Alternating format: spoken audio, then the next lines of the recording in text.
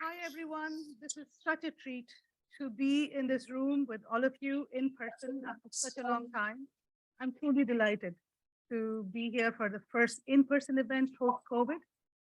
Thank you so much for coming. I'm just, heartfelt appreciation for your presence here. Many of you know me. I'm Shubhra Gururani. I'm the director for York Center for Asian Research, and I welcome you all to this event.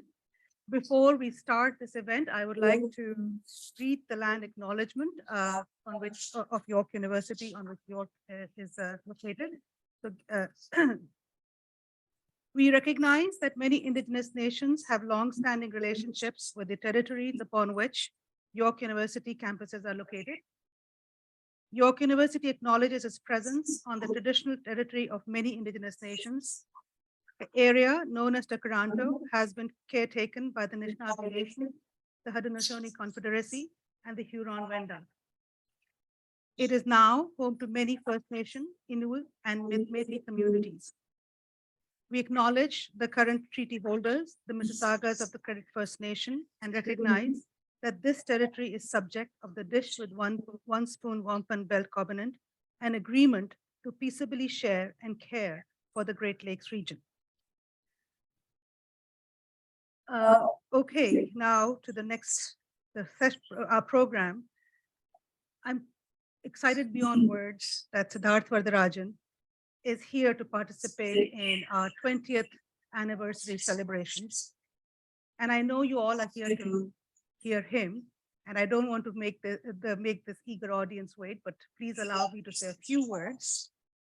On our 20th anniversary, we are very proud in Vaikar to have accomplished what all we have so far in the last 2 decades. We have established ourselves as one of the leading centers in Canada and internationally for Asian research.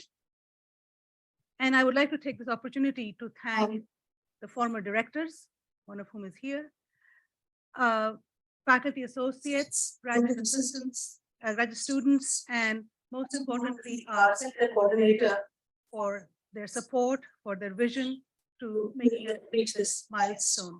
Thank you very much.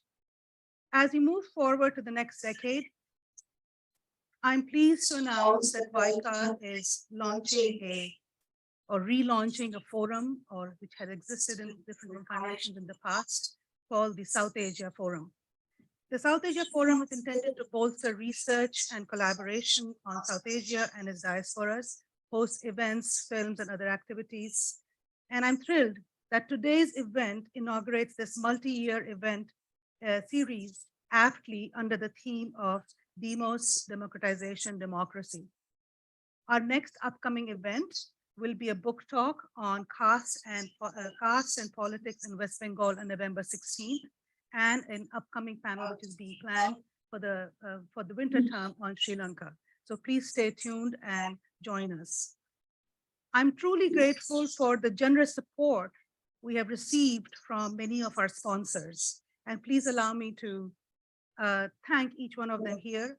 First of all, I'm grateful for the support from the Vice President's Research and Innovation Office, and a generous support from the Office of the Associate Dean, Research and Graduate Studies, Faculty of Liberal Arts and Professional Studies, Associate Dean for Research, Graduate and Global Affairs, Faculty of Environmental and Urban Change, Dean of the School of Arts, Media, Performance and Design, and the Departments of Politics, Social Science, Sociology, and Anthropology. Thank you very much. Now to our main part of the afternoon. The format of this forum is a conversation that will be led by Professor Radhika Mongia. Professor Radhika Mongia is a faculty member in the Department of Sociology and Associate Director of the York Center for Asian Research. Her research and writing focus on the questions of transnational migration, sovereignty, and citizenship.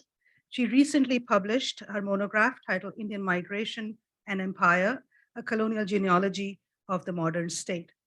Last but not least, it is my true honor to introduce Siddharth Varadarajan. We're delighted that Siddharth was able to make the time in his very busy schedule to participate in this event. To those of you who follow news in India, Siddharth needs no introduction. He has been in the forefront of journalism and news and journalism in India for over 2 decades. Siddharth served as the editor of The Hindu, one of India's major national dailies, and in 2015 started The Wire, an independent, not-for-profit digital news and news and analysis platform. Siddharth and the Wire team are one of the very few journalists and news portals that, despite significant erosion of press and intellectual freedom, are pursuing cutting-edge journalism and reporting on topics that most news medias in India are unwilling to cover right now. In a very short period, The Wire has established its presence globally.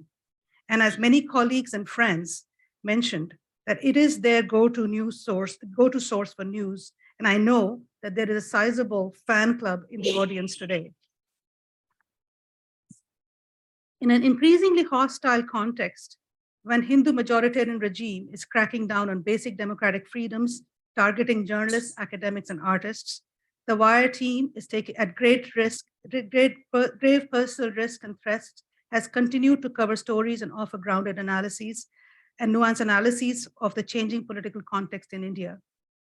We laud you, Siddharth, and the Wire team for the incredible work you're doing. We commend you for your conviction and courage and wish you strength and success in these challenging times. Thank you. I would like to welcome you to please join me in welcoming Siddharth.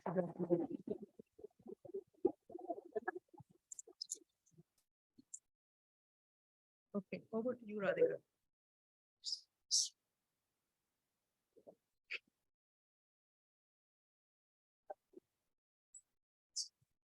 No? You are not. Yes. Well, I think this might work better.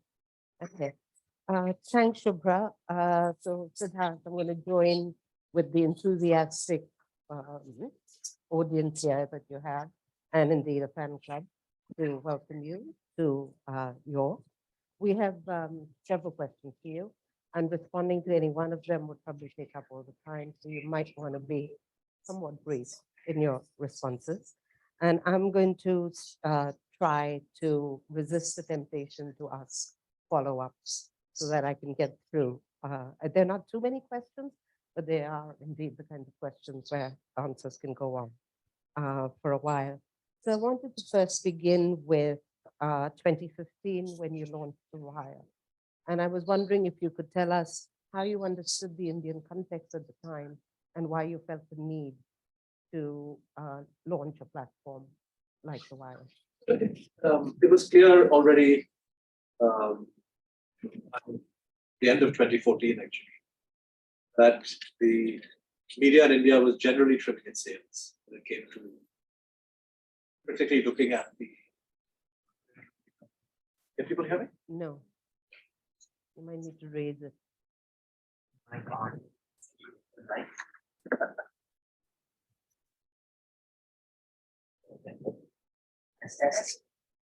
Yeah. Now it might be too high. Right. Be too high. Put down. Right. So I'll start from the beginning. So it was clear to us, even in 2014, that the media terrain had shifted significantly, and that big media, television, newspapers, with some honorable exceptions, were clearly trimming their sails and not examining developments that ought to have been the focus of attention and reporting. And, I think that void is something that we felt we could fill, not just because there was something that we wanted to do and offer, but for us, critical media is essential for the well-being of democracy. And we felt that if the current trends that we saw would continue, then the landscape would get even more barren and even more dangerous in some ways. And that's precisely what's happened. I mean, the media terrain today is much more horrible compared to 2015. And you have media now not just ignoring the kind of stories that ought to be covered, but actively colluding with promoting the agenda of the ruling party and the government. And that may not be such a bad thing for some, I suppose, but if that agenda involves polarizing the country on religious lines, targeting and vilifying Muslims on an almost daily basis, then that's a really dangerous thing. And I'm afraid that's what has been happening. And we feel that The Wire and others like us, and there's I think a sizable number of media platforms, mostly digital, but a few newspapers, and I don't know, television is a little bit more badly served, but it's not as if there are not several media platforms that are doing great work, and in different languages and different parts of India. Thank you. I think that brings me to the question I had next, which is about the Wire started as an English language platform, kind of modeled on print media. And since 2015, you've expanded to 3 more languages, Hindi, Marathi, Urdu, and you've also begun to incorporate things like video on your site. I'm just wondering if you could speak to the challenges of media in a multilingual country like India, and perhaps also, whether your videos get more attention or people read the thing more, sort of that balance. So it's interesting that virtually every media house of any repute or any size and standing straddles digital and video. I mean, the written word and video. So if you look at the kind of newspapers like Hindustan Times or the Hindu or the Express, they all have forayed into making videos, and they have an active, YouTube presence. They also make their stuff available in one way or the other in Hindi and other languages. So this attempt to broad base the reach through languages and the form, of, particularly video, is an integral part of the media landscape. And for us,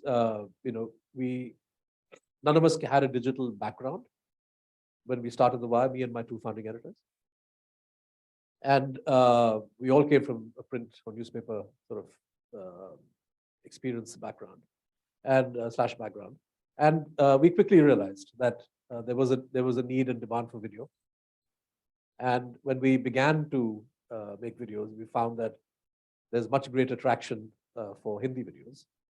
And so in a way, the launching of The Wire Hindi and the launching of The Wire videos, particularly with the focus on Hindi, happened more or less simultaneously.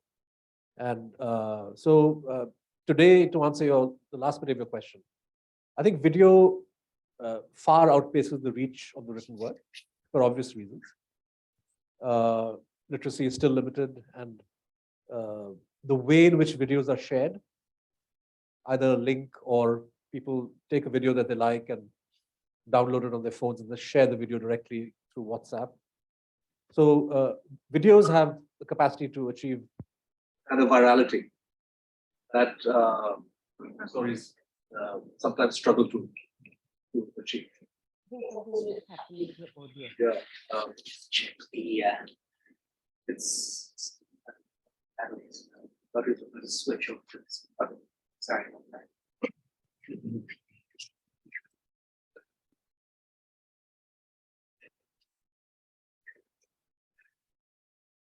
You were saying that videos have the capacity for virality, and sadly the commercial aspect, and it's we are a non-profit, but we can't ignore the money side of the equation, because we rely mostly on donations, but ad money makes up for around 20% of our revenue. And it's interesting that on YouTube, Hindi videos have the reach, but English videos bring in more ad money. I suppose because of the kind of cohort that's watching these videos, and YouTube has figured this out. So today we do a kind of balance of both. We are trying to grow video programming. Very effective way of reaching people, particularly when the deterioration of journalism on television has been so dramatic. I didn't realize that you did any advertising. I've never quite. Well, they play. I mean, we don't market them, but YouTube adds those. Will play those. They're called programmatic ads, and so I mean they are an annoyance, and we don't like them, but they bring in a crucial amount of they help us to fill the gap. Right, okay. I guess I'm one of those who has an ad blocker. Okay, free one, by the way. So what is your overall financial model? Because I imagine, if it's these YouTube selected ads as opposed to people advertising with you, that's very different advertising model. Found that it's companies. This goes to the heart of the wider topic we're discussing. That companies are reluctant to associate themselves with certain media brands for fear of backlash from the government. And there was anecdotal evidence that we heard out of NDTV a few years ago when the government was unhappy with their coverage. I forget what the issues were. And suddenly advertisers, this is what we heard, were withdrawing their ads saying that, well, we have no option. So we've also, had this as an obstacle. And it's much easier to just go with the automatic ads from YouTube. We have no say over their selection. But the yield, what they bring in is pretty poor. But broadly speaking, our annual budget is around, I would say, $800,000 a year, of which 20% of that comes from so-called commercial earning, which is advertising, a little bit of syndication. And 8% comes from donations, from readers mainly, and some philanthropic-minded individuals who pay 1 lakh or 5 lakhs, whatever. But in the main, it's the retail level, mom and pop donations that sustains us through the year. That's a huge subscription base, isn't it? So this isn't subscription. Okay. So this is a donation. So we are, as a nonprofit, we chose to go down this route so that you could avail of the existing tax laws and so on. And so for us, and our website does not have a paywall, so it's free to read even if you don't donate. But we hope, and the starting premise when we launched the Wire would be that readers would appreciate what we were doing and feel that they needed to support us. And so when our initial round of public funding from a Bangalore-based foundation that supported us, from 2015 to about 2019, but that period ended. With some struggle, we were able to replace a big chunk with donations that readers would give us on a kind of daily income. Thank you. That helps clarify this to me. It have to be from Indian citizens under the Right. Foreign Contribution Regulatory Act. We want to actually speak to that a little bit because hasn't it been changed relatively recently? They've tightened it to make it more difficult for certain kinds of NGOs and so on. But it's not Modi's donation to India. It's a normal law that was created by Indira Gandhi, the height of her paranoia. So in the 70s, early 80s, where the belief was that foreign powers were out to subvert a government by funding NGOs, etc. So that's the mindset which you see in Russia. You see that in many countries, Turkey. Yes. And so if you are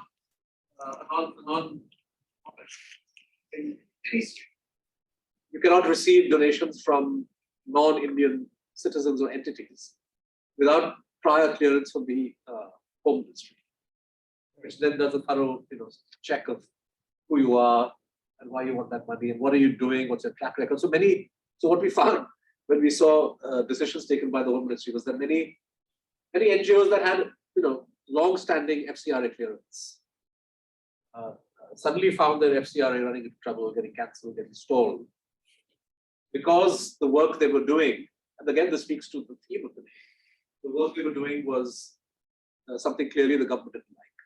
So NGOs working on Dalit rights, NGOs working, on human rights documentation. It was a miracle that they got FCRA in the first place, but they got it and they were doing very good work. Research outfits, so all of these have been, I think the government sees them as problematic and has tried to make it more and more difficult for them to raise funds. And so there has been a tightening of the word of the law and a tightening of the use of that law to harass and intimidate and actually stop NGOs from functioning. This law wasn't, this is a follow-up that I hadn't planned on asking, but when Modi set up the PM Cares Fund around COVID, which is sort of his personal fund, did that come out of this? PM Cares was accepted, and so donations can come from anywhere. And I should note that political parties also, under the FCRA, cannot receive donations from foreign countries. And you can well imagine why. I mean, if anyone is subverting democracy, then you would do that by funding a party. So there is a core logic, right?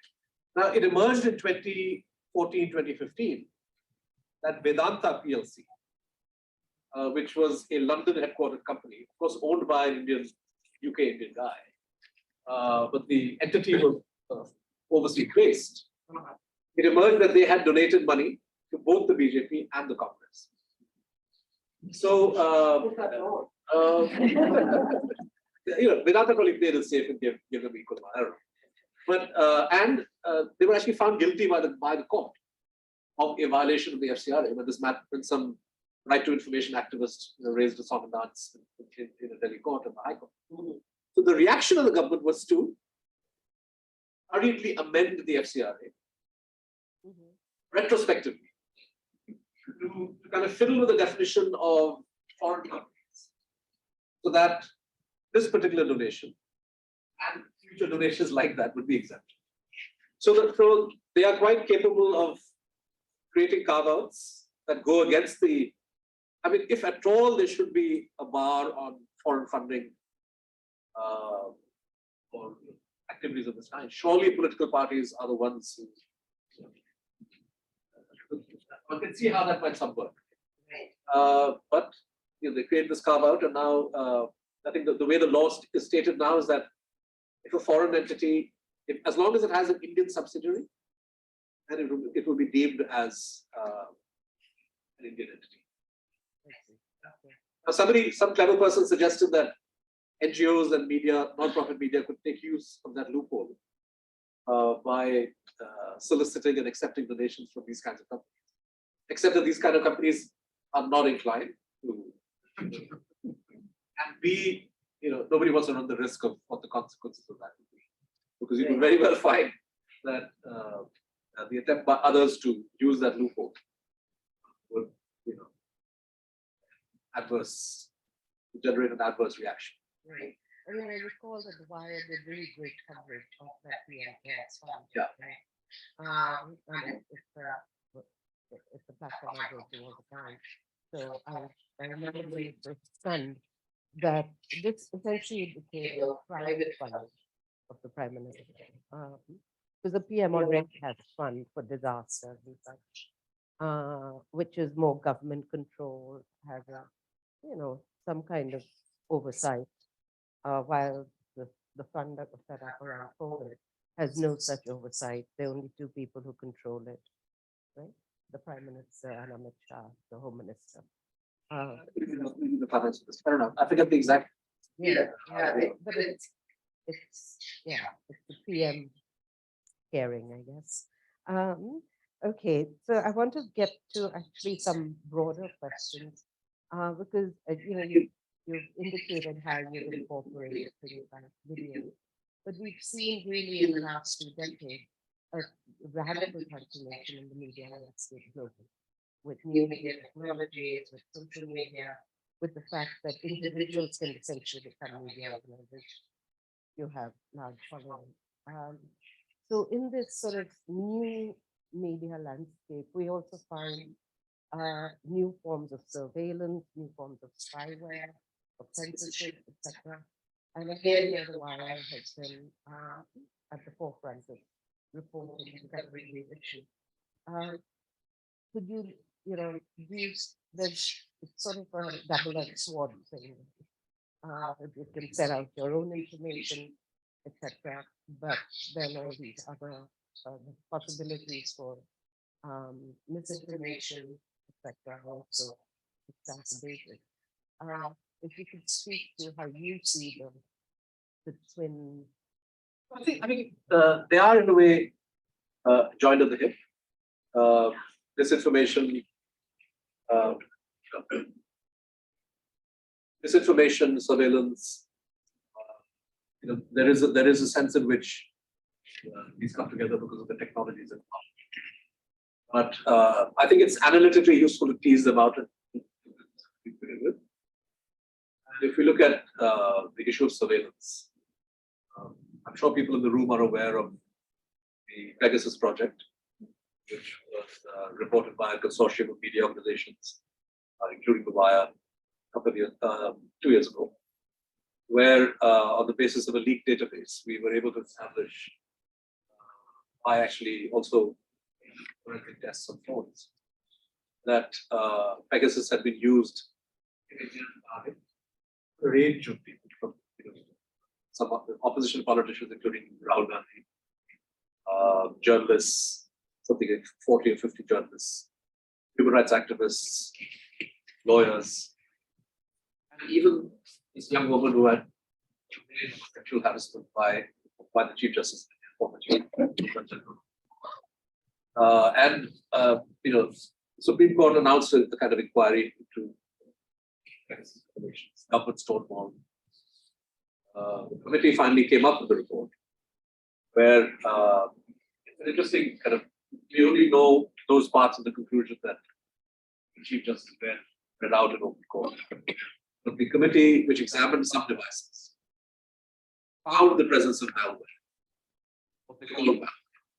Could you tell people about Pegasus Yes. and what it is, and who can? So they found the presence of malware in, I think, 3 or 4 phones. I forget the exact. And but they said that we don't know if this malware is Pegasus. The fact is that since NSO, which makes Pegasus, which is this very sophisticated military-grade spyware.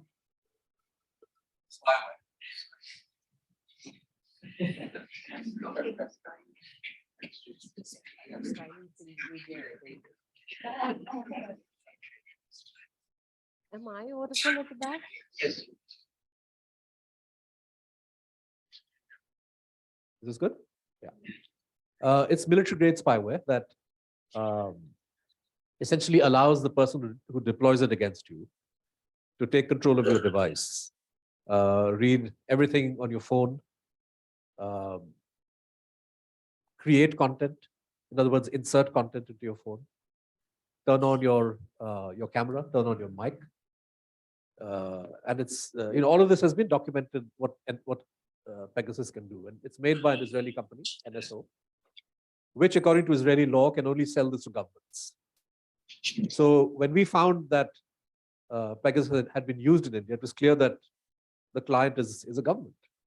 And so the question, and the government, of course, said, gave a curious reaction. They said that, well, whatever surveillance we do is lawful. They wouldn't say that they had used Pegasus. They wouldn't say that they had not used Pegasus. And when the Supreme Court also asked them, they refused to answer that question, to the point that the Chief Justice actually got irritated with them and said that you can't use national security you can't hide behind national security when it comes to the privacy rights of citizens. And he also said that journalists have the right to confidentiality, to protect their sources and so on. And you can't, that this is not acceptable. And so he announced this committee. So, we don't know finally how this will get resolved. The government continues to stonewall. But that was the most egregious example that came to light of surveillance being used. And what was particularly alarming, and I think this is why the government simply cannot afford to have a definitive finding on this, is that the government clearly paid a lot of money, and this is taxpayer money, to buy surveillance equipment from Israel. And this surveillance equipment was then deployed, perhaps for some actual national security purposes, because we did find some of those too, but a lot of politicians, and particularly at election time.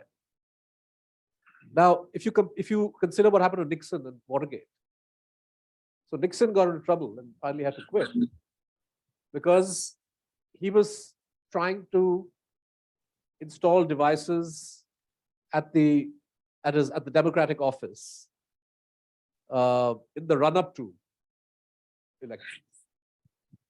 We found evidence, and actual forensic evidence in the found pictures. So this is the guy who was the political advisor, and we found forensic evidence, which Amnesty, we sent a backup of his system files on his iPhone, and Amnesty did the forensics. And we found that in the midst of an election, which was pitting the party he was strategizing for, which was the Trinamool Congress, against the ruling BJP, Pegasus was used. And this is, to my mind, a far greater violation than what Nixon did. Yet, Nixon goes, and here the court is not finalizing its position. A report was filed; it was never made public, and there we are. So, frankly, Mr. Modi cannot afford to allow transparency on this issue because it's very damning. The use of taxpayer money to spy on political opponents in the midst of an election. That's a straight up electoral malpractice under the Representation of People Act in India. It's the kind of violation that the Allahabad High Court convicted Indira Gandhi of back in 75. And she did something far less, egregious. She had somebody who worked in the PMO who was officially listed as her election agent. It was kind of, there was no surveillance that she did. There was no subversion of the trying to spy on the opposition, right? So clearly, Mr. Modi and his government cannot afford to have the truth of this come out. And I think that this issue alarmed a lot of people. The opposition took it up. We found, even though it was an esoteric subject, even the public at large, did find it a little bit alarming because, everybody uses a smartphone, and you use it for financial transactions, you use it for so many things. And, the fact that phones could be so easily compromised is something that, struck a chord with people. So I think that, surveillance is a major, major issue, and it hasn't gone away. And I think that there are probably more forms of surveillance technologies that we don't know yet.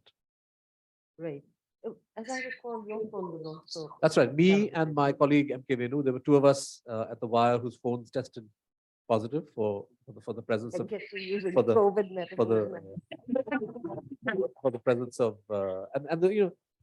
I wish there would be some effective vaccine developed against Pegasus. But frankly, one of the selling points of Pegasus is that they tell their clients that we can keep reinfecting and finding what they call zero-day exploits and keep reinfecting a phone even once it's been cleaned. So you have to keep testing your phone if you really are worried about Pegasus. So, for us, beyond a point, you say that, just assume that you are still Pegasus, and any meeting that is sensitive, just leave your phone behind or switch your phone off. but otherwise don't worry about it, because journalists need to use their phone, and you can't be paranoid about this beyond a point. Okay. Yeah, but you do have to rearrange your life to Yeah. accommodate the fact that you have a smooth job. Yeah. Uh, Exactly. So, and are there any democratizing aspects of the new media technologies? Undoubtedly. I mean, I think that uh, the new media technology, social media platforms, they allow voices like ours to reach large audiences that were not possible 2 decades ago or even a decade ago. Right? So I think that whether it's Twitter, Facebook, whatever, it allows for people to express their opinion and for people to share. Right. And so there's undoubtedly this very, very positive aspect, which allows for the multiplicity of voices and the circulation of news that the big media may otherwise not provide you or even censor. On the flip side, of course, social media and the platforms are used to spread disinformation and hate. And my friend Ravish at NDTV coined this term WhatsApp University. Many people get their education from these WhatsApp forwards, which are really quite ridiculous. But people you have to listen to believe it, whether it's maybe formatted in some kind of a news, looks like a news item. So whether it's something crazy like how did you know Nehru was really a Muslim? And Motilal Nehru, his father, his real name was Mudassar. Crazy stuff like this. But people circulate it, and and that's kind of it's silly, you could say. It's not benign though. And the idea behind these kinds of forwards is to create suspicion and polarize.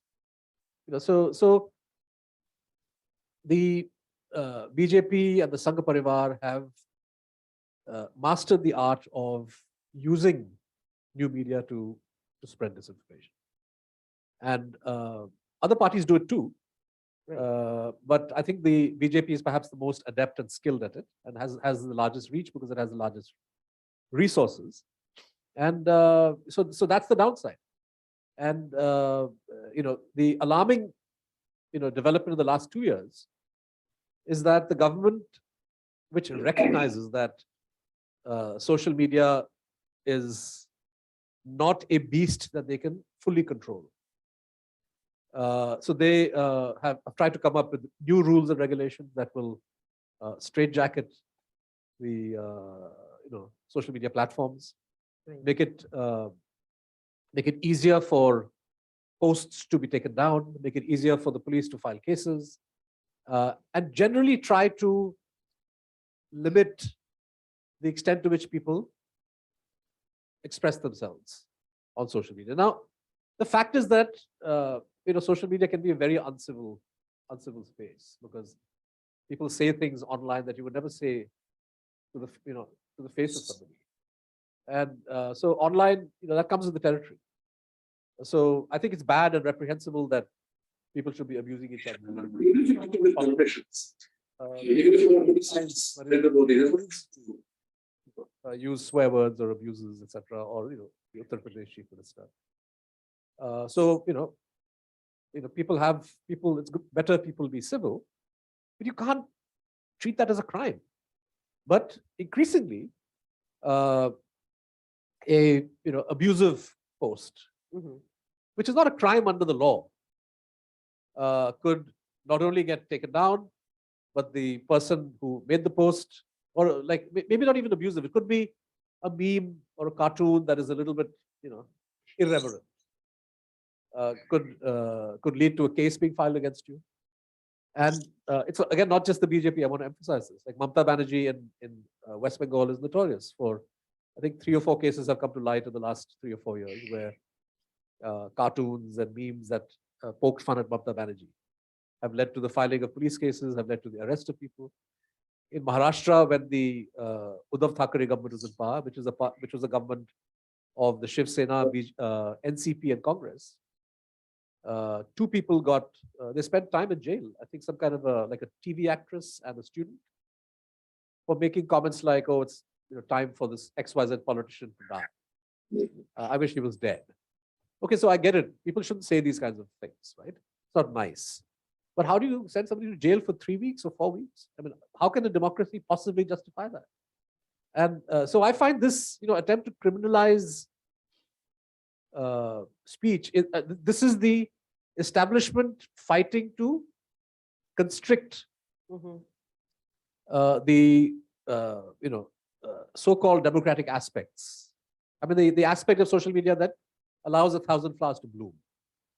So we saw this horrible case from Manipur. I think 2 years ago.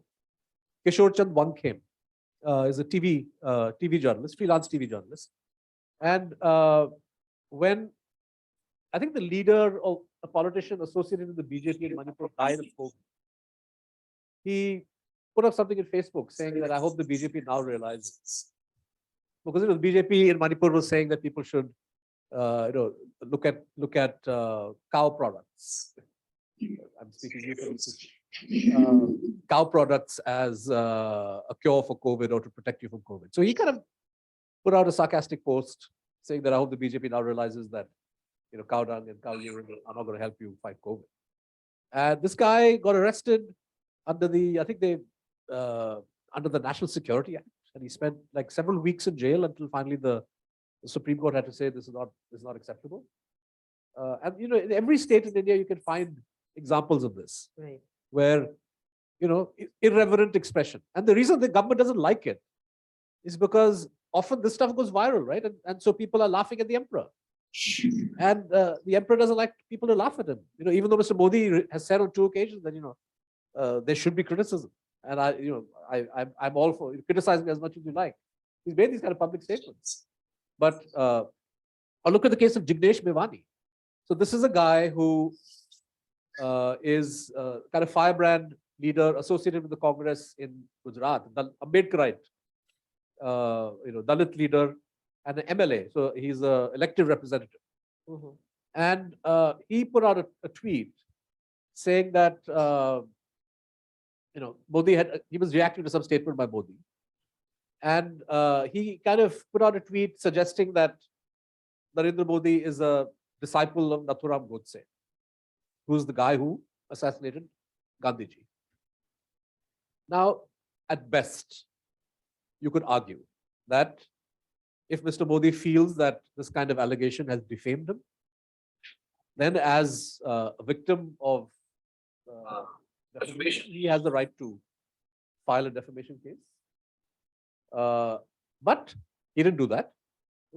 Instead, the police, some BJP guy in Assam, which is the other end of the country, files a police complaint saying that this has offended the sentiment of Hindus. I don't know, I forget what the charge was, some ridiculous charge. And the police then flies all the way from Assam, arrests him in Gujarat, flies him back, and gets him locked up. And so just for this kind of an innocuous post. And that's why I think the government, when you because it's precisely these kinds of posts that people share, people laugh, and so this is my worry, that the closer we get to 24, the attempt to intimidate and silence people from saying what they truly believe and feel, even if they are irreverent, even if they are slightly off color in their language, this is going to have it's already had a chilling effect on the kind of speech that you see. And so I see this as the government's attempt to unlevel the social media playing field back in their favor, because the fact is that the opposition, Congress, AAP, they've all figured out how to do this, how to play the game. And so the BJP is concerned about this, and so they see social media as something that's theirs to use and exploit. And I see many of these regulatory changes that are being introduced as an attempt to tamp down on the ability of others to use that. Yeah, and what is so chilling about all of it is tamping down humor, satire. It could even be from your own supporters that some of these posts are coming. But you're tamping down on that as well. So the entire discourse is left more impoverished as a consequence. And particularly left impoverished of humor, which I think is, There's no, in some regards, the worst the space for humor has, seriously shrunk. yeah, Because, people are very quick to say, oh, you've hurt my sentiments. yeah. And the targeting that happens is of comedians. I can mention, say, for example, Kunal Kamra. Mhm. He's had several of his shows, the last minute sponsors back out or the venue backs out because of the threat. I mean, essentially the heckler's veto prevails. So program may be organized at a particular venue. And some group or the other from the wider Sangh Parivar or the wider Hindutva kind of ecosystem will say that, this guy is anti-Hindu and we will not allow him to perform. And then the police will say, well, we apprehend there's a law and order problem and we can't guarantee safety. So they don't cancel it as such, although there are examples of the police also saying, maybe not in Kunal Kamra's case, but in a few other cases. Huh? Yeah, Munawar Farooqi. Even in Delhi, I think the police said that, we don't recommend that you can have this program, effectively stopping it. But, so this is the heckler's veto. So just the threat of violence. So this effectively silences comedians. I would like to say that the heckler's veto on campuses is also a real problem, except that the way campuses or universities are governed these days makes the convening of meetings that would attract the heckler of that kind more and more rare. Right. So universities as a space of discussion, I recall after the reading down of Article 370 on Kashmir, I got a call from, I think, the political science department of a reputed college at Delhi University saying that we are organizing an event to discuss and analyze and critique what the government has done. And will you be willing to speak? I said, of course, I'm happy to do that. So they invited me, and I think they invited a Kashmiri filmmaker, Sanjay Kak. And when we got there, I saw that the subject of the event was something like, which way forward for Indian federalism? And I said, have I come to the wrong program? They said, no, you please speak on Kashmir and 370, but it's just that we were advised that it would be easier to get permission and, and easier to have our program if we just went through this. So, this at the Wire, we have a chart which is documenting the impact of this kind of chilling effect on academic freedom, of events getting cancelled, books getting withdrawn, art students being targeted for criminal cases because somebody notices or claims that their artwork hurts their religious sentiments. And so this is increasingly becoming a problem, a crisis of free speech. Not that, for example, people who say, well, what about the Wire? You guys aren't, and we aren't. I mean, the fact is that, well, attempts are made of one kind or the other, make raising funds more difficult, etc. And new rules, as I said, there's the government, the information technology rules of last year, or 21, which we've challenged in the High Court, which attempts to tie platforms like ours in endless administrative work dealing with the reader complaints, and giving a government committee the right to adjudicate. So the IT rules as drafted by the government declares that every media platform must have a grievance redressal officer who will receive complaints from readers pertaining to content on the site, respond within 48 hours. If the reader is not satisfied, then she or he has the right to escalate that complaint through one other step, and eventually to take the matter to the government, where an interministerial committee will decide if the content in question needs to be deleted or not. Now, nowhere in the Indian Constitution will you find the government has the right to do this. Restrictions on free speech, restrictions on media freedom are defined in the Constitution as they have to be reasonable and they have to be defined by statute. You can't have an open-ended thing. But that's precisely the direction they're going. Mhm. And so this kind of chilling effect, trying to make it harder for people to say things, to disseminate things, across the board. Media, of course, many, as I said, media organizations have trimmed their sails. They're scared to put out some kinds of topics. And I'll come to a greater sickness, which is afflicting the media in a second. But you see this in Bollywood, Mhm. where directors are reluctant to make certain kinds of films. When they make them, these lobbies activate themselves to say, "Oh, this is anti-Hindu," and pillory the film. They target specific actors like Amir Khan, Shah Rukh Khan, Swara Bhaskar, etc., because they are seen as critical or vocal. Not that Shah Rukh and Amir are, but so there is this kind of concerted attempt Right. to lean on people who are bold in what they say, and that's very, very bad for Indian democracy. Yeah, I do have follow-ups around the new Media Act, but I'm going to leave them for now because I think we need to start wrapping up. But one of the, I mean, obviously you focused on India because that's what we asked you to do. But in a broader kind of view of the world, what's happening in India is not that unique. And some people have gone to the extent of suggesting that perhaps the experiment with democracy that started with the American, French, and Asian revolution in the 18th century might be kind of coming to a close, and democracy is sort of in the twilight years. Yeah. And what we're looking at for the future is authoritarian forms of government. What do you think of this proposition? What's the role of the media in this kind of apocalyptic scenario? So I think that there is a global trend. It's impossible to deny this. Growing intolerance, irrationality, xenophobia of one kind or the other, authoritarian impulses.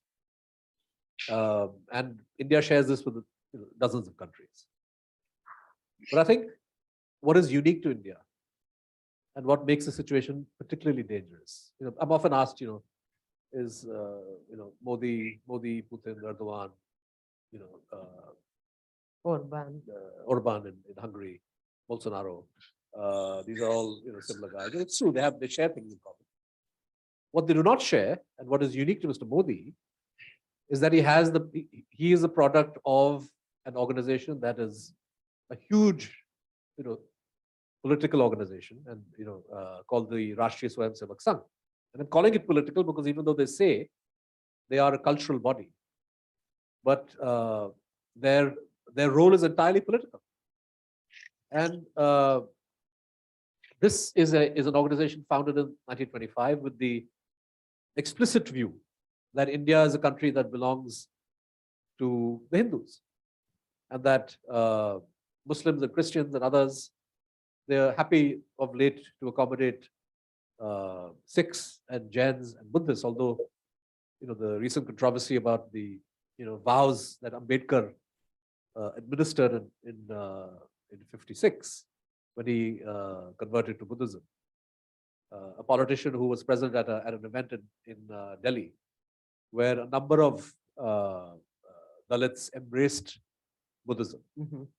And the kind of reaction, and I think there was even a police inquiry, because the oath that is taken by these people who shift from Hinduism to Buddhism has lines like, I will no longer worship Vishnu, which is, if you're getting out of one religion and moving to another, so that's the vow. And this is the vow that Ambedkar, in a way, drafted. Right. So this RSS sees India as a country that belongs to the Hindus.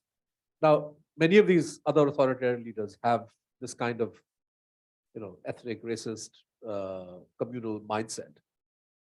But they don't have an organization like the RSS which has spread its sinews around the country, which has hundreds of front organizations, which has made deep inroads in the field of education, law, culture, et cetera, et cetera. Right. And which, propagates this message of India belongs to the Hindus, has been doing this for the last 100 years, and does it in every district of the country.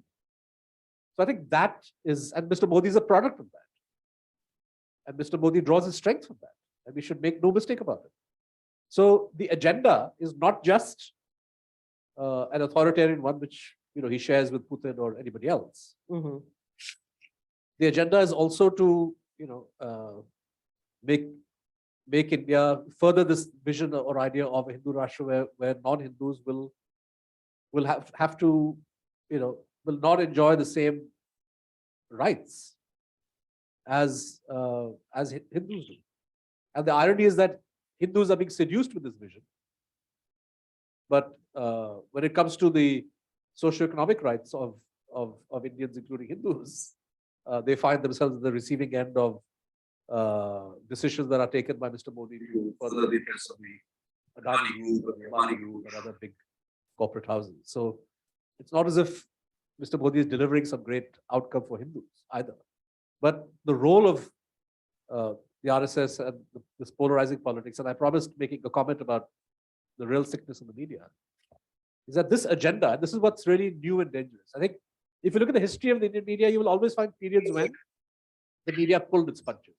It's not as if Nehru or Indira Gandhi was subjected to very, very,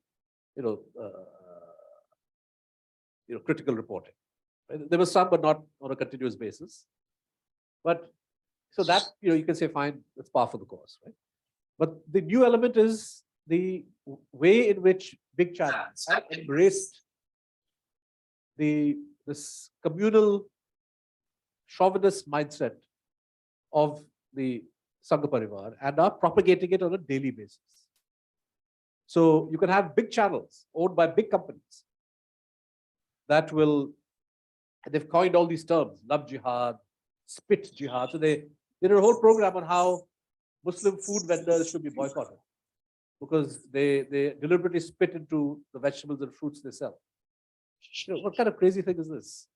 You have a whole TV program on that. They had a TV program called UPSC Jihad. Now, UPSC is the Public Service Commission, which administers an exam for people to join the civil services.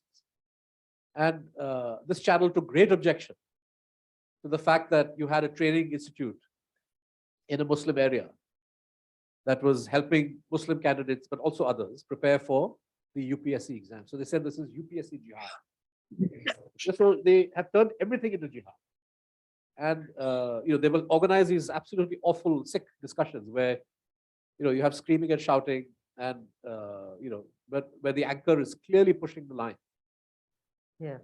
And so I think this is this is new. It is dangerous, and it makes that project, that authoritarian exclusivist project, this project of, the phrase I use is erasure of Muslims, not necessarily in a physical sense, but erasing the kind of cultural, trying to make sure that they are less visible. Yeah. That all traces and markers of 30% or 50% of India's population, whether it's place names, whether it's the name of a train, whether it's the name of various things, whether it's I met a school teacher the other week, and she was saying how the government has edited school textbooks to remove all kinds of things. And she was giving me examples. In the name of shortening the curriculum because of helping kids to catch up after COVID and lockdown, they have chosen to eliminate either whole passages or even one or two lines in various textbooks that talk about the oppression of Dalits, that are designed to engender empathy between for religious minorities. So there was one news item apparently where a Muslim woman was telling her kids that after you go out, on Eid day, after when you're done with Eid celebration, then you go out, change your clothes, because I fear that something may happen to you, if you're seen visibly as a Muslim. And this teacher was telling me that the purpose of that passage, because she's taught from that in the past, purpose of the passage, this allowed a teacher in the classroom to use that to trigger a discussion. Okay, why did the Muslim students? It's a wonderful little thing that you can have some kind of Right. an exercise, right? Yeah. And they delete that. Why? Because they don't say we're deleting it because we don't want people to feel empathetic towards Muslims. But they delete it because they say, well, we have to shorten the books because of COVID. And of course, the usual deletions are there, downplaying the role of Nehru, playing up the role of all the sort of icons that the BJP wants to promote, et cetera, et cetera. But I find these kinds of, these kinds of deletions particularly problematic because it's part of that project of erasure. And when a section of the media, a big section of media encourages that project, Right. it's very, very dangerous. And you can see how the media, that big media, gets complicit in this anti-democratic project, of the Bharatiya Janata Party and the RSS. I think this is really, a big challenge as we go into the next 2 years when elections will be held in 2024. Yeah. I mean, I think this is an important distinction you're drawing, that it's not just indifference from the media or not covering certain things, but active complicity. That is really dangerous. I think we need to wrap up.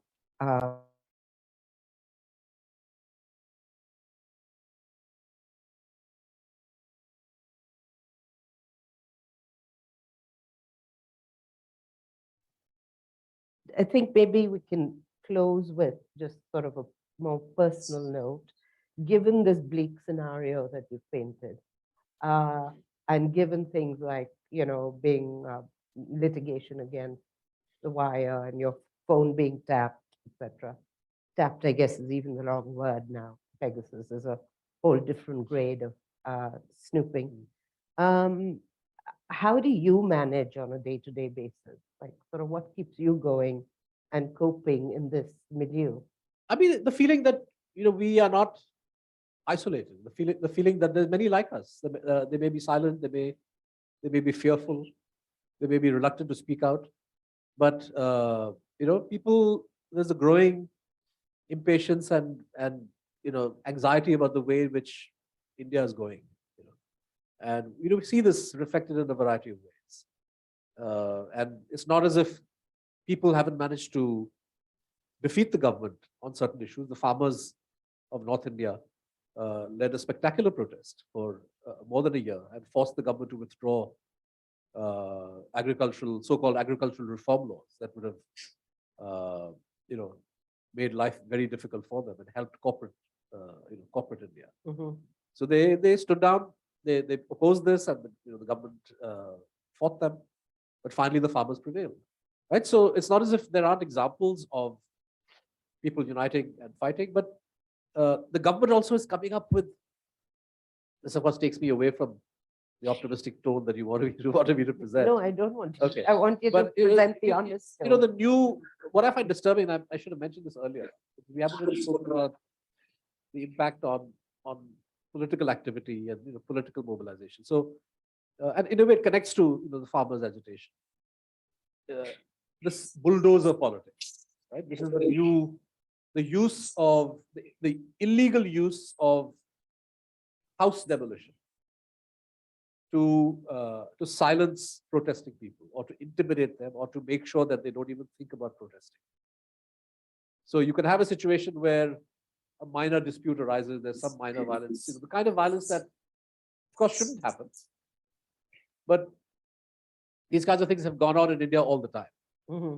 But now, when the administration feels it has an excuse, it says that we are going to demolish the homes of the ringleaders or others who are involved in this protest as a form of punishment. Now, of course, when the government is asked in court, then you can't do this because nowhere under the Indian Penal Code is the government empowered to demolish somebody's house simply because you've arrested them.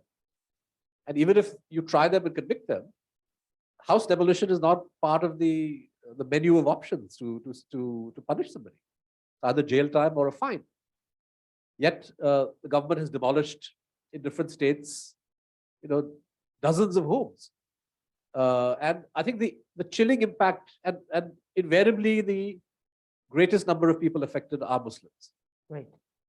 And so this has become another form of harassment to ensure that Muslims don't raise their voices about what's happening, don't try to organize a protest, don't make their presence felt on the streets in any sizable way.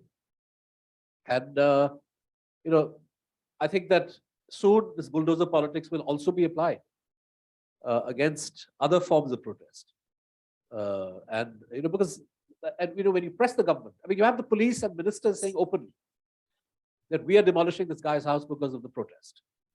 In court, they say, no, the house has some illegal construction, and they will backdate some kind of notice that was served and say this is the reason. But this is the imposition of collective punishment without any legal backing as a means of spreading terror. And how is this possible in a democracy? And it's unfortunate that when the issue was raised in court, Supreme Court, the court said, well, we can't get involved. How can you not get involved? So this is the terrain. So people are resisting, but new forms of control have emerged to deal with any resistance which is manifested on the street. So if there were to be a repeat of Shaheen Bagh, a large public protest against a government, the government may say, well, you're blocking the road. They'll find the ringleaders and just go demolish the house. And say, because, you can't, you're violating law and order.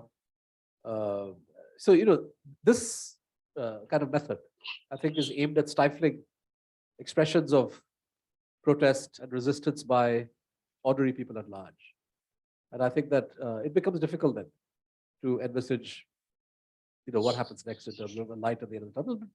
But at the end of the day, based on the conditions that they face, people aren't going to give up protesting either.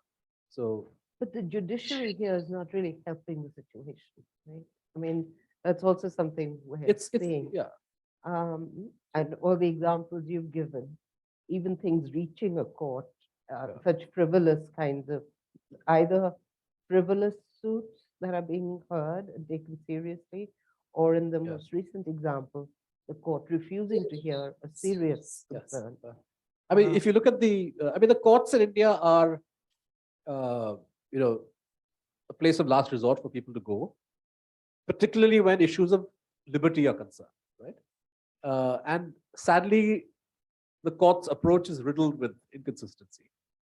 I just have to look at the GN Sai Baba case, where the High Court freed a professor who was in jail for the last 4 or 5 years, physically disabled, 90% disability person. And they freed him because even though the trial court convicted him for terror offenses, the High Court said that this man should never have been tried in the first place, because when the government, under the anti-terror law, a court cannot take cognizance of an allegation and put somebody on trial unless the chief of police of that state sanctions the prosecution. And this is not a technicality, as the court, as the Maharashtra government later argued. This is a safeguard. So if the chief of police, when he looked at the papers of that case, decided to grant sanction to prosecute to 4 out of 5 people, but not the 5th, in this case, Professor Sai Baba, there was obviously a reason. That man should never have been put on trial. Yeah. And of course, once you put him on trial, then it's all kinds of evidence is presented, and confessions are read out and so on, and the guy that got convicted. And before he could be freed, the government rushed to the Supreme Court. A special hearing was convened on a Saturday, Right. and the court said we are going to stay his release because the High Court did not have the right to release him on what is said was a technicality. Now, we carried a piece in the wire today by Justice Ramnath Goenka Award who said, liberty is a fundamental cornerstone of the Constitution. It's not a technicality, right? But if you're going to have judges of the Supreme Court who, some judges who are speaking in this way, that doesn't inspire much hope.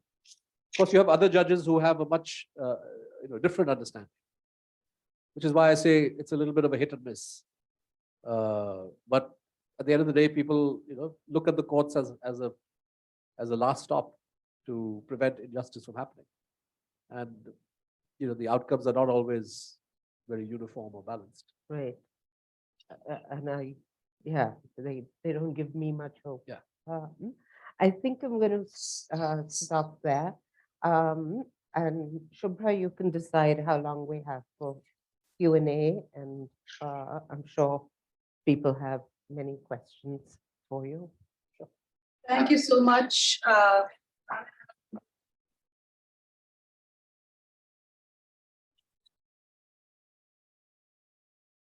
We have some time.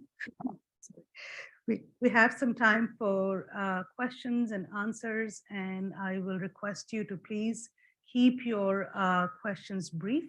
And we have about half an hour, and we'll have a nice reception outside in half an hour outside. So please do come with a mic for you to use if you would like.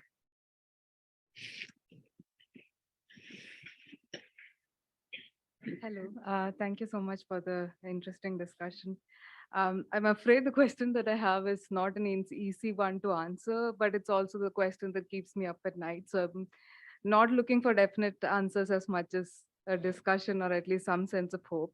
As you discussed today about the politics of hate, you see an alignment of a lot of powerful actors. You have the government with its various parts of the judiciary, as well as the police being exercised to clamp down criticism, and also to let hate speech against Muslims continue unabated, and platforms also either being controlled by the government or actively aligning with the BJP.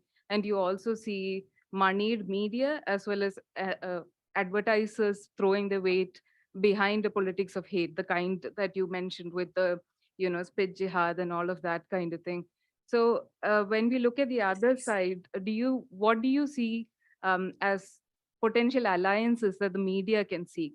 Because I'm wondering if an outlet like The Wire can show its commitment to democracy purely through content alone, or purely through journalistic work alone, or whether it needs a larger commitment to a political praxis, or find other bodies or other institutions or other actors to work together to ensure democracy. So that's a great question. And I think I have an answer that ought to satisfy you, help you sleep better. Which is that, so we are The Wire is part of a foundation that we set up with others a couple of years ago called DigiFund. In other words, the digital, I think there are more than 150, 200 digital media organizations that have banded together as an industry-wide body to protect the space for independent journalism in every part of India. We have discussed the possibility of creating a fund, creating legal a pool of lawyers who can help journalists when they come under attack in different states. And we aren't the only body doing that. So the Bombay Press Club, the Press Club of India and Delhi, the Editors Guild, all headed by active people, are very cognizant of the need for the media to come together at this critical hour. Journalist unions are not very strong or powerful, but they exist. And I think that this, this collective action makes it difficult for the government to ride roughshod over the media as a whole. They're still trying to pick up and file cases against individuals. They've been very successful in the strategy, particularly when it comes to uh, reporters and journalists in Jammu Kashmir.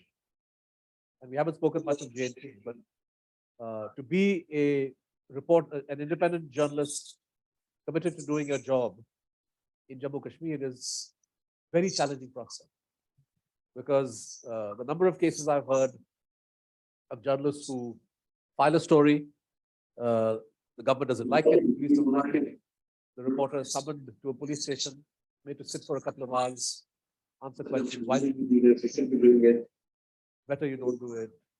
Kind of subtle threats are given as a and it was a response to mounting evidence of the targeting and harassment of JNK journalists at the Press Council of India, which is a kind of, it's sort of, I mean, it's the government appoints the chairperson, but the members come from industry, from reporters, from media organizations.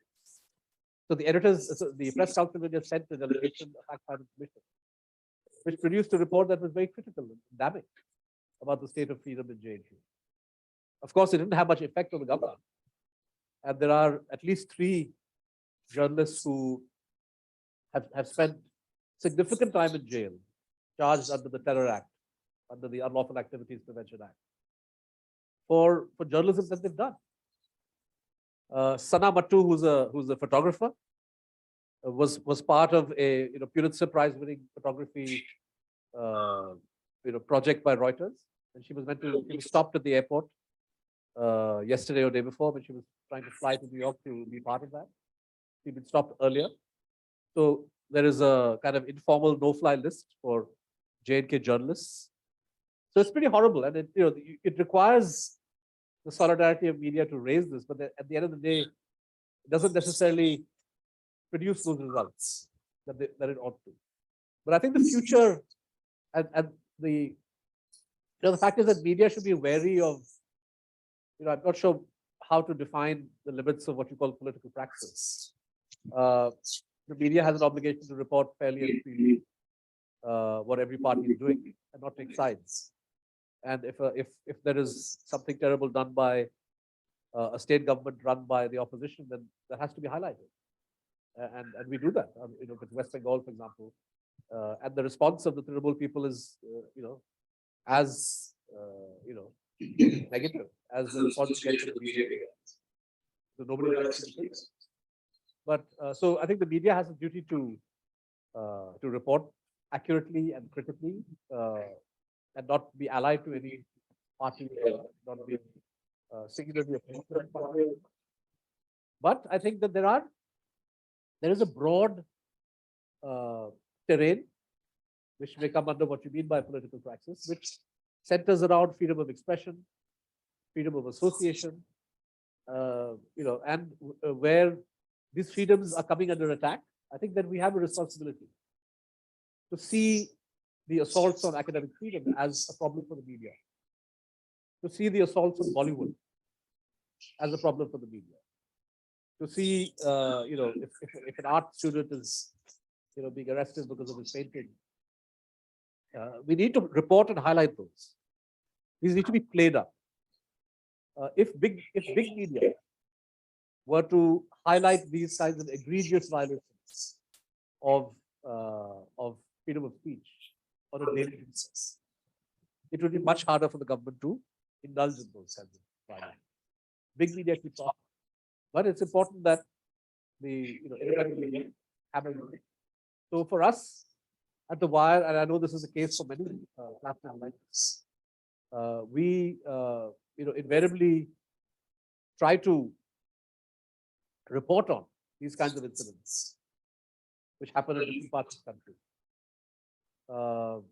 as a means of course, solidarity with the victim, but also because what's happening is a threat across the board. Now, that doesn't mean that if the police says it has a case, report it. But I think that these kinds of cases of general assault on freedom of speech will only grow if they are allowed to take place in darkness. And I think if we are able to highlight those things, if we are able to highlight injustice, then it becomes that much more difficult for for the government to get away with things. It may still get away, but at least you know that you fought a good fight.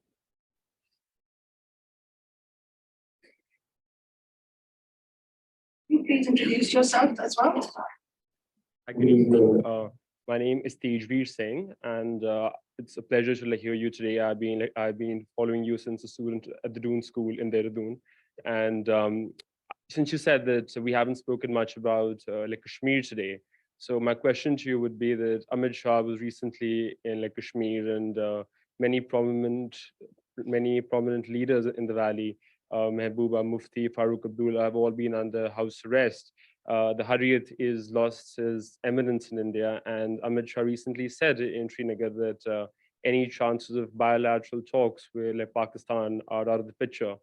Do you think that strategy of not conversing with our neighbor Pakistan and putting leaders under house arrest in India, and then claiming that Kashmir has, we've in fact beat terrorism in Kashmir and it's a prosperous state in India now, is that just to say?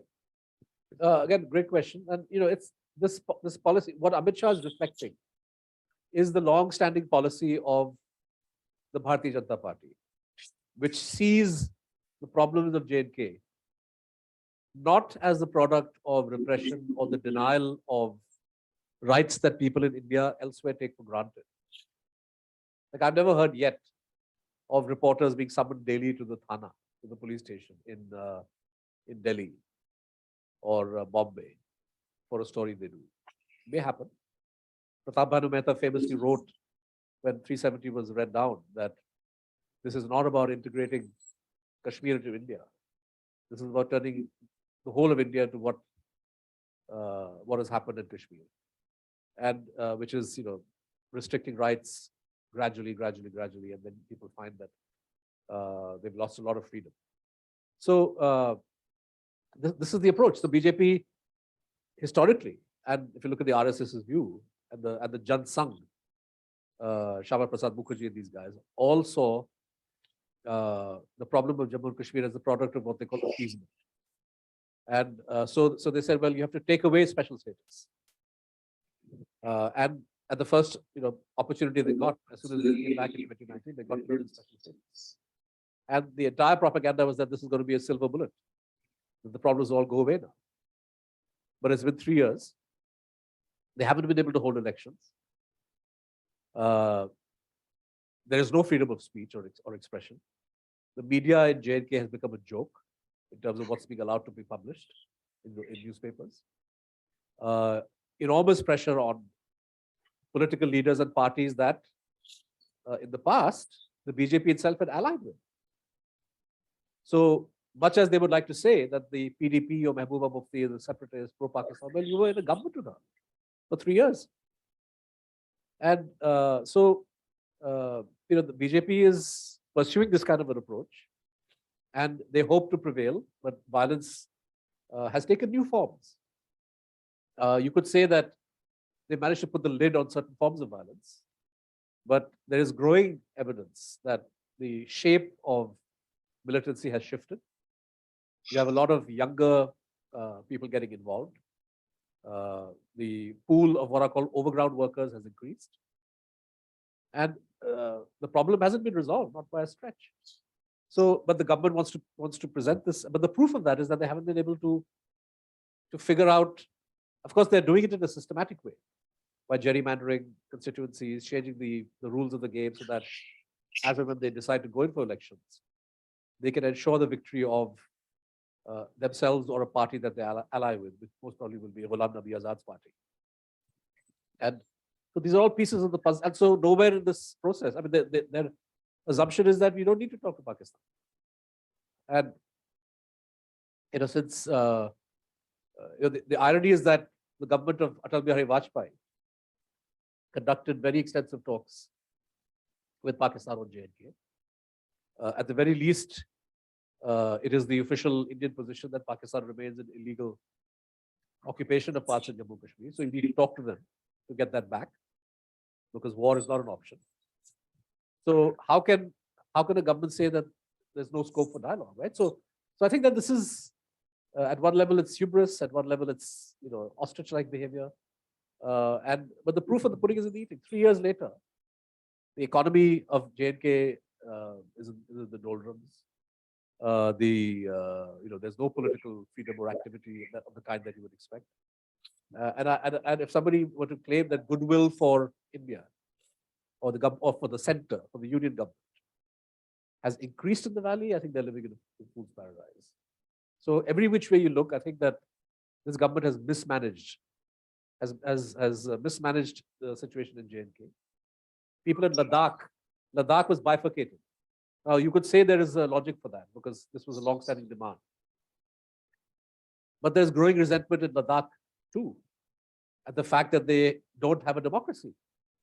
They're ruled by the center. There's no prospect for elections. There's no prospect for them to adopt laws that would safeguard their cultural and economic interests. And these are not, Muslims who are saying, we want to safeguard our culture. These are Buddhists who are supposedly part of the, Indic, this is the word they use, the Indic kind of, landscape. So I think that, the Amit Shah, his claims are, basically speaking from a position of great political strength nationally. And he has a captive media that, projects what he says. But the reality of the ground is very different. Good question. May I request you to please line up Ilan and then Sanjay. Please, you can line up and we'll know how many people we have. So my name is Ilan Kapoor, a faculty member at Faculty of Environmental and Urban Change. Thank you. Actually, we just changed our name, and I still don't know what. I was intrigued by the discussion about the movement towards authoritarianism. My view is that it's not just a move in the midst of the crisis of liberal democracy. It's not just a move towards authoritarianism, but rather a move towards authoritarian capitalism. Because authoritarian capitalism, it seems, works much better. Liberal democratic capitalism is much more wishy-washy. Or at least that's what the likes of the Chinese model, the Singaporean model, and so on and so forth tell us. And so my question in that broader context is whether your not-for-profit model, in fact, precisely for those reasons, allows you a critical distance, because you're not bound by capital. You said you're bound to mom and pop kind of donations, which makes it even easier not to be kind of caught up in the wave of BJPism, whereas precisely the market, the corporate market, is bound to a state that promotes a kind of a majoritarianism, which hence promotes a market and so on and so forth.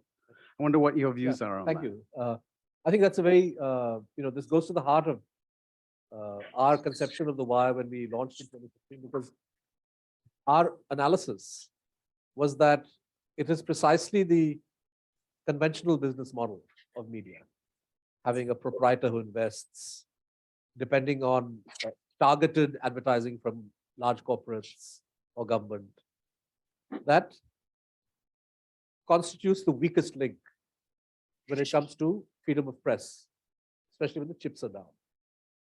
And so we said if the wire is to be independent and protect itself from pressure of the kind that other media platforms are always vulnerable to, then we need to be non-profit and find a way to broad base our funding so that it becomes difficult for the economic side to be used to squeeze us. And I think that's a very important element in what we are. And I want to flag here for the audience, in case people haven't followed, but I mentioned that you have honorable exceptions when it comes to TV. NDTV is one such brand in Hindi and English, and it's a for-profit regular media, but has done great work over the years. And the latest development is that in the last couple of months, Gautam Adani has made a strong pitch, an effort to buy it. And by all accounts, the Adani people are confident that they will prevail, which means that the last channel standing, as it were, is also likely to fall.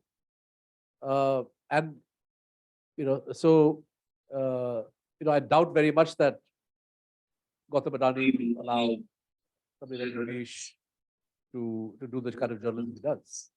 And so the owners of any current owners say they are resisting this, and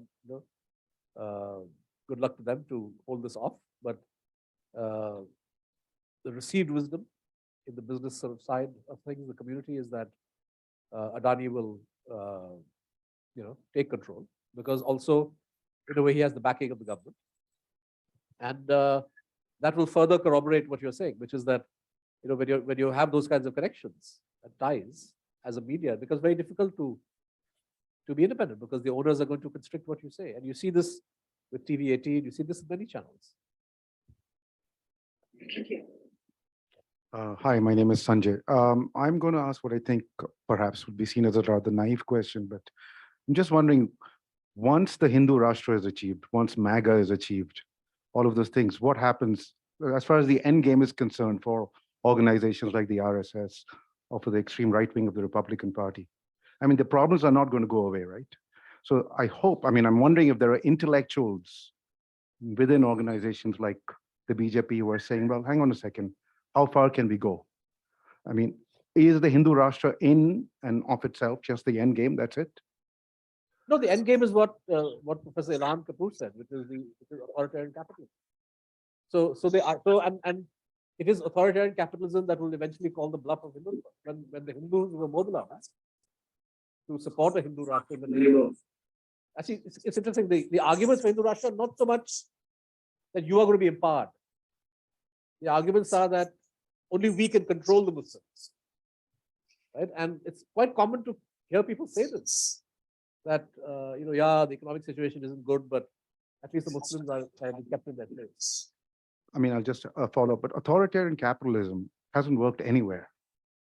And why would it work in a place like India, which is so complex, so diverse? But it hasn't worked to provide livelihood, a good livelihood for people. But it has a pretty good track record of surviving in one form or the other. And of course, this is a dynamic situation. So you don't know what kind of forces get triggered, and change is constant in political economy. But I think that the idea that the goal of Hindu Rashtra is to actually empower the Hindu working class and farmers, peasantry, women, this is not the case. The goal is to use the cover of a majoritarian ideology in order to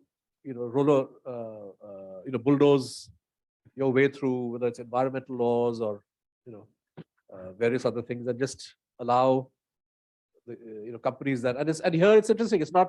I mean, one of the arguments that Mr. Modi that worked in Modi's favor in 2014 when he won the election the first time was the 2G scam, where Manmohan Singh's government was accused of rigging the rules for telecom in order to 2G auction, in order to cherry pick favored companies. And it was clearly a charge of crony capitalism, right? If you're sacrificing the good of the business community as a whole in favor of one or two individuals, obviously those who don't benefit from this are going to say, hang on, probably better if we back Modi. And that's what happened. The business community shifted allegiance to BJP and Modi specifically, way back in maybe as early as 2010, 2011.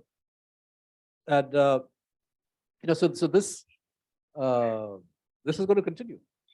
And and it's not as if all companies like the Adanis and Ambanis are hugely favorable. Adani is acquiring all kinds of assets. I know there's a lot of misgiving in southern India, for example, at the inroads that the Adani group is making in acquiring port facilities. That if they are to be privatized, it's the South Indian capitalists who say they should come to us. Why is the Adani group getting it? But then you have Amit Shah, who may be speaking to some of these chief ministers, Jagan Reddy, for example, who was embroiled in a CBI case, to say, be helpful, please. So, so I think that this is, but this is the contradiction which, I don't think Hindutva can resolve, because at the end of the day, the supposed beneficiaries, there will come a time when they will realize that, hang on a minute, we're not getting what we thought we were going to get.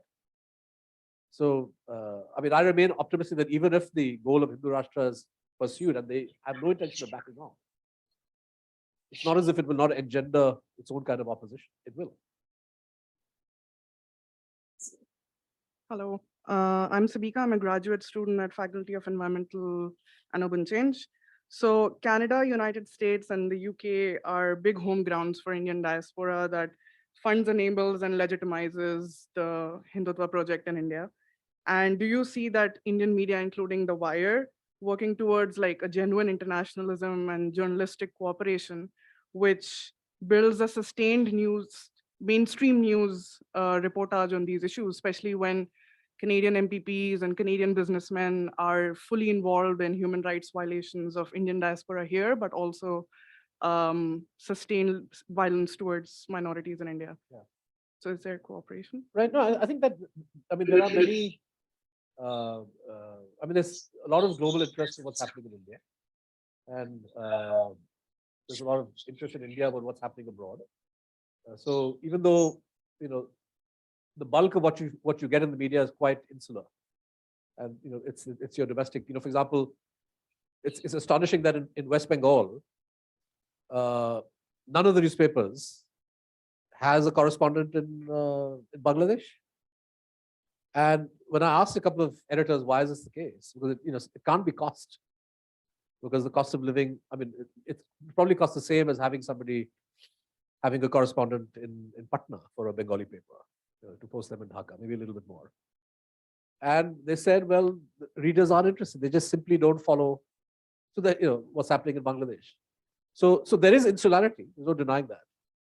But there are lots of issues where there is interest in what's what's happening with the diaspora. I think the Leicester events recently, or what happened in Australia, what's happening in Canada, has piqued a lot of interest. It also then becomes, there was a study in the BBC that the Leicester violence was in a way, maybe not fueled by, but they noticed how there was a lot of messaging from India that was trying to push a certain kind of narrative, which was not helping to calm waters. So that, everybody I mean, it's also the bad people who can be global in their approach. But frankly, I think that collaboration and partnerships between Indian media organizations and those abroad is very, very important, because given the kind of political economy that we have today in the world, so many things are interlocking. Like if you were to do a major project as The Wire is on the kind of Adani business house, then you would find, so then we partnered with other organizations in Europe and elsewhere. And this is logical. And I think that Indian Express, for example, regularly takes part in the stories of and contributes to the, I think, International Center for Investigative Journalism. The guys who did the Panama Papers. The Hindu was a collaborator with The Guardian on the WikiLeaks stories. So when I was at the Hindu, we published all the India relevant WikiLeaks cables and did a couple of other collaborations. I'm one of those who, as editor of Hindu, actually, I think 2012 or 2013, traveled to England to discuss a new project, and so visited Julian Assange in the Ecuadorian embassy in London. So I think that many organizations are open to collaboration, but what you have to guard, I can't resist making I mean, like, you have other kinds of collaborations which may not be that good, and but anyway, the point is that I was going to give an example, but I slipped my mind. But I think that the general thing that you are saying is correct, and I think that this is very important for all independent media houses. Hello. Hi, my name is Karan and I'm a graduate student at Science and Technology Studies. And for the past 4 years, I've been connecting secluded areas of India to the internet. So I mean, going to villages and whatnot in Madhya Pradesh and Himachal. And we have this joke over like an inside joke that no matter what part of India you go to, you'll always find Coke and RSS Shakha. So they will always be present over there. So anyways, my question is regarding the use of symbolism of Hinduism by the BJP government. They have effectively defined what it means to be Hindu. My worry is that regular folks and not just extremists are subscribing to that idea. So therefore, in a way, criticizing the government is tantamount to criticizing Hinduism. And to overcome that, certain parties are trying to sound more Hindu, from Arvind Kejriwal to Rahul Gandhi, trying to search for their roots. And do you think that this is becoming a permanent fixture in Indian politics? No, I think your observation is absolutely correct. That is precisely how many of these parties are trying to counter BJP's attempts to be hegemonic in that space. I think the person who is most effective in doing this is Arvind Kejriwal, which is why I suspect that BJP really hates him. And he is seen, I think, for example, the Gujarat election. Right now, I think the BJP is hoping that Aam Aadmi Party will be a spoiler for the Congress and will allow the BJP to accomplish its goal of winning the highest ever number of seats.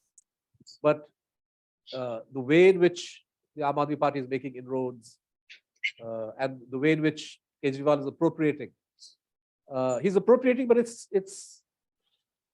different. And I think we need to recognize that there are lots of people, lots of liberals who say, oh, Kejriwal is just a closet guy.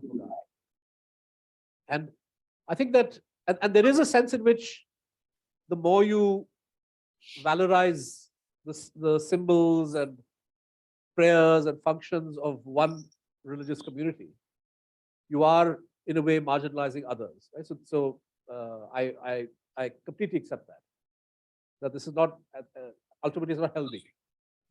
But what you don't find in Kejriwal's messaging is hate. What you don't find in Congress, even when they do this kind of grandstanding, I'm a Janeudhari, Shiv Bhakt, and all this kind of thing, you never find them making hideous comments about Muslims.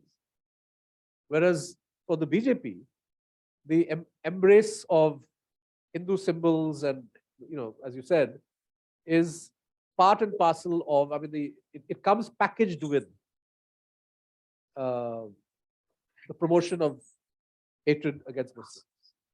And often, actually, the real goal is to promote hatred. So I think there is a difference. I'm not sure how effective this will be at the end of the day, but and I'm not happy with this being the only avenue that these parties believe they have to challenge the BJP's misuse of religious symbolism.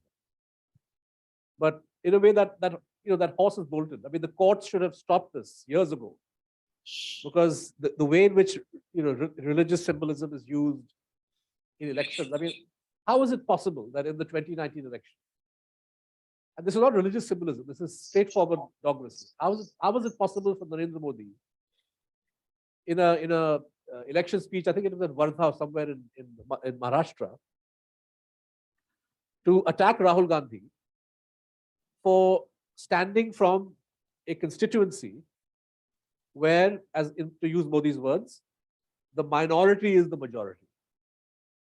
So he's very careful not to directly use the word Muslim or Islam, but the audience knows what he's saying. And when a complaint was filed in the Election Commission that this is a violation of the Representation of People Act, the Election Commission sat on it for weeks. And when the complainants went to the court, the Election Commission then decided it better resolve this complaint. And they quickly said, no case is made out. But they didn't give a written, I mean, they meant to give a reasoned judgment. But they just passed a speaking order saying that no violation by Modi. So sadly, when institutions, and this is not, I mean, this is over the years, politicians who use religion and religious hatred in ways that are a complete violation of the election law have been given a free pass. So one can't really blame Kejriwal now for, saying, okay, fine, should I try to use yoga against these guys? Should I try to, use Hanuman Chalisa? So he did this terrible thing, in my view, unforgivable thing of sacking, basically getting his minister, Rajendra Gautam, this Ambedkarite minister who took part in Diksha ceremony where there was mass conversion to Buddhism. Just because the media went after, decided to highlight this minister, Aam Aadmi Party guy, saying that I will henceforth not worship Vishnu and so on and so forth. They said this is anti-Hindu. And in an ideal world, Kejriwal should have come out all guns blazing to say that you guys don't know about Ambedkar, whom you otherwise say you have great respect for. And he could have easily blown the BJP out of the water on this issue. But he chose to succumb to that pressure. And Rajendra Pal Gautam was kind of ousted. And in a way, the BJP made it clear that hostility towards Buddhism, or at least the Ambedkarite version, is as essential a part of their outlook as hatred towards Muslim religion. Hi, my name is Sarah. I'm at the Osgood Law School here. So just one observation and a question. The observation is I've worked in Myanmar and I've seen how hate speech eventually just becomes part of how ordinary people view another. The state does not have to intervene. The state does not have to say much. It just becomes part of the conversation. So I've seen, things like denial of access to medical care in certain places because you belong to a certain community, and it's not because the state's preventing the people. Ordinary people don't want the same medical facilities shared by another group. So I think I worry for India to that extent if the hate speech keeps going on. But my question really is, if you look at the global situation, you look at countries like Turkey and so on, historically, there has been a demonization of minorities. Now, minorities are just a small part of the population. And sure, they are important to look at because the law is built around protection of minorities in liberal democracies. But I think with India, what I worry about is when I talk to obviously liberal people, I mean, I come from a family which has every religion, and I talk to family members as well, is that there is an implicit support for where India's at. And it's not about religion, and it's not about the plight of minorities. Some people care about the plight of minorities, but not everyone does, and that's understandable. That happens in a lot of countries. But in India, there seems to be a support for the direction, which surprises me because you also see a kind of hollowing out of democracy. And I keep wondering, isn't anyone concerned about that? Are they not concerned about the state of the union, so to speak? Not just about these politics of religion or what's happening to a particular group. Yeah, so I wonder about that. I think that these kinds of developments, which is the targeting of, or the promotion of Hindu-Hindustan kind of ideas, right? Exclusivist ideology and being reflected in state, in central government, union government policies.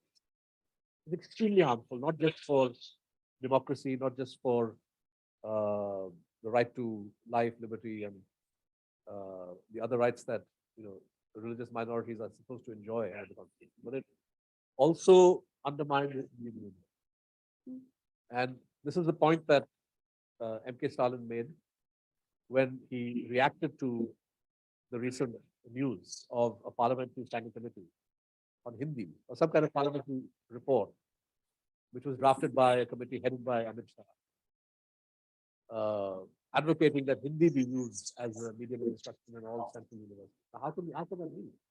People, I mean, Hindi has no privileged status that way as a all India language compared to Tamil, which is why Indian, central facilities are education, for example, is not, if you were to have instruction in Hindi, then you're excluding students from South India, excluding students from elsewhere. And Stalin said, look, if you're going to trigger these kinds of language wars, then you're going to pursue these kind of policies, then you're going to be triggering extremely destructive consequences. But these guys, either they're testing the waters. I don't know how far they will go, but sadly, as in the case of Myanmar, it's the media or a large section of the media that have, created the ground for people to not think they're getting wrong with this kind of stuff. And in India, we use two phrases to describe the big media, or three phrases. One coined by Arun Shori. He calls these channels North Korean channels because they're constantly singing praises of the dear leader, not Kim Jong Il or Kim Jong Un, but our own dear leader. Then you have also used as Rwandan channels or Radio Rwanda, where you have day in day out, anti-Muslim propaganda being put out by these TV channels, polarizing, and what kind of a genocidal impact this may have. It's very hard to say, but it's not healthy. Very, very dangerous. Because you're laying the grounds for marginalizing and, in a way, the targeting of Muslims. And then you have the term that Ramesh coined, which is a subcategory North Korean channels, I suppose. So this combination of North Korea and Rwanda and Godi, is deadly. Because Godi as in lapdog journalism. I'm sorry. So this combination of civility, of adulation towards the cult of the leader, and the promotion of hatred is India's Achilles heel, and it's very consciously being pushed by the BJP because they know that this is the way to create the ground for growth. So I agree with you. I mean, we may differ on the extent to which there is public support for this, but it is certainly more than what you and I or anybody might have imagined, say, 3 years ago, 4 years ago. And that's very, very worrying. Thank you. I think we take one final question because we have a reception outside, so. I'm glad I'm the last one to get the chance. Good evening, everyone. And it's definitely a great opportunity to be with Mr. Siddharth here. And as Mr. Siddharth mentioned that we all know what's been going on in India and since 2015. Introduce yourself. Sorry, this is Naila Saeed, and I'm the Vice President of Canadian Council of Indian Muslims. So since 2014, that media is ignoring the stories and the ground realities and promoting the agenda of the ruling party to polarize the country. It has become a great security issues, not only for Muslims, I would say for all the minorities, even the Dalits, Christians. And on the top of it, what scares us as a Canadian, that RSS ideology has been exported to Canadian culture. We are scared now what is going in Canadian culture, that we are not able to see the correct and right picture. So even if you go to any of the Indian Facebooks here, I dare you write a sentence against a Modi. You will see how you will be trolled. You will see that ultimately the last result that you will have to leave the group. They will troll you that badly. So I would like to know from you that how, as a Canadian, how we can support the channel like Wire, how we can support the genuine journalism here, being in Canada, that we feel we are more protective than we can see what's going on in India, that they cannot raise their voice there and bulldozer policy or whatever, fake allegations against them, and they will be behind the bar, anybody that's bringing the real pictures. And you guys are facing at a big extent. So how, being here, how we can support that, and how, other than the individually that we are educating the leaders here, what else can be done here? Thank you. My qualifications aren't, very suited to giving an answer to this, but I would say, logically, Canadians of Indian origin should ideally, be part of solutions and not exacerbate problems back home. And if there is a growing trend in the UK, the US, to have a bulldozer at a National Day parade, at the Independence Day parade in Edison, New Jersey, how awful is that? And finally, I was glad that the community organization which did this apologized and said this should never have happened. But I think that embracing the exclusivist politics of the BJP is actually to do a great disservice to the place of your origin, if you're of Indian origin, because you are living here, and this politics and these policies, and it's very clear, they are not providing better life and livelihood chances for the vast majority of Indians. It's increasing insecurity, instability, tension, the danger of violence. And so I think that's that would be my motherhood and apple pie first suggestion. And there should be democratic discussion, debate. If somebody has a forum which reflects views of a certain kind and they don't want to have discussion, you should pursue your own forums, set up your own website. As far as supporting the Wire or anybody else, so our constraint is that we cannot receive, as I said earlier, we cannot receive donations from a non-Indian citizen. So if there are NRIs, non-resident Indians, in other words, people who still have an Indian passport, but who live and work in Canada, they can donate and contribute, not just to us, but to any Indian nonprofit that is doing good work that you want to support. So I think NRIs should see how they can use donations to further causes like human rights or independent media or the rights of Dalits and minorities, workers' rights. All of that is very it's important and positive. But the law does not allow a Canadian passport holder to send money for these kinds of causes. So that's the reality. Thank you so much.